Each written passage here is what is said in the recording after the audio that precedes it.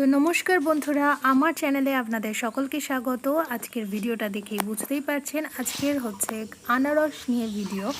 গাছের আনারস, বাড়ির গাছের এই পাকা আনারস পেড়ে খাওয়ার আনন্দটাই আলাদা। ফলটি খাওয়ার উপযোগী হয়েছে কিনা তা নিশ্চিত করতে আনারসের রং এবং গন্ধ কিন্তু খেয়াল করতে হয়। আনারস পুরোপুরি পেকে গেলে এর নিচের দিক থেকে একটা মিষ্টি গন্ধ ছাড়তে শুরু করে এবং সবুজ খোসা হালকা হলুদ বা সোনালি হতে শুরু করে।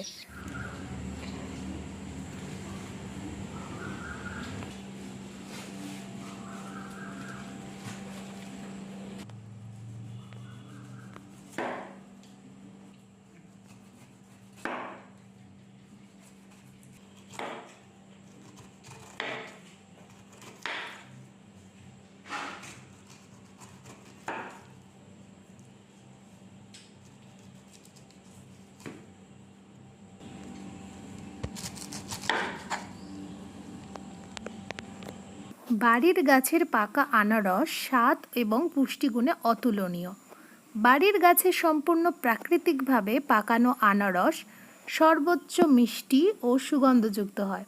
এই আনারসে কিন্তু কোনো কৃত্রিম রাসায়নিক থাকে না। আজকের এই আনারস দিয়েই আমার হাজব্যান্ড আনারসের জুস তৈরি করবে আর আমরা সবাই মিলে সেটা খাবো। এই আনারসের জুস তৈরি করার জন্য প্রথমে ব্লেন্ডারের মধ্যে দিয়ে দেবে আনারসের টুকরোগুলো, তারপর তাতে দিয়ে দেবে বিট নুন, লেবু, চিনি আর অল্প পরিমাণ জল। তারপর রেডি হয়ে যাবে আনারসের জুস। তারপরে একটা ছাঁকনির সাহায্যে জুসটি ছেঁকে নিতে হবে এবং চামচ দিয়ে চেপে ভেতরের পাল্প থেকে সম্পূর্ণ রস কিন্তু বের করে নিতে হবে। তারপর গ্লাসের মধ্যে দিয়ে পরিবেশন করুন। আপনারা চাইলে বরফের টুকরোও কিন্তু গ্লাসের মধ্যে দিয়ে দিতে পারেন।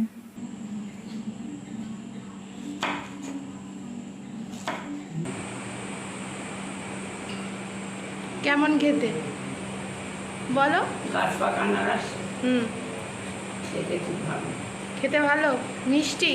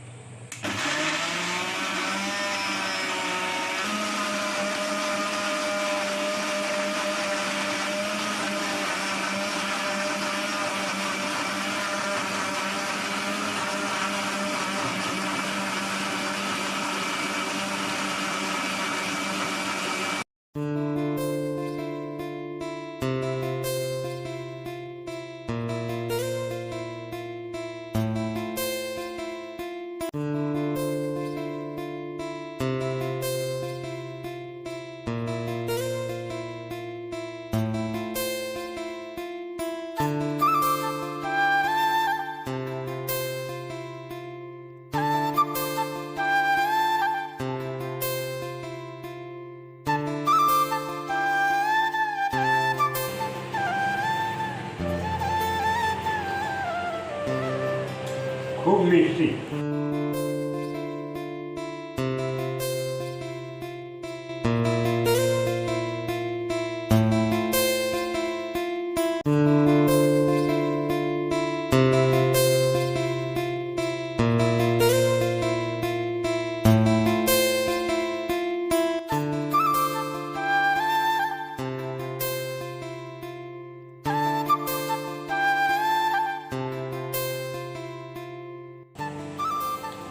মিষ্টি, খুব সুন্দর খেতে।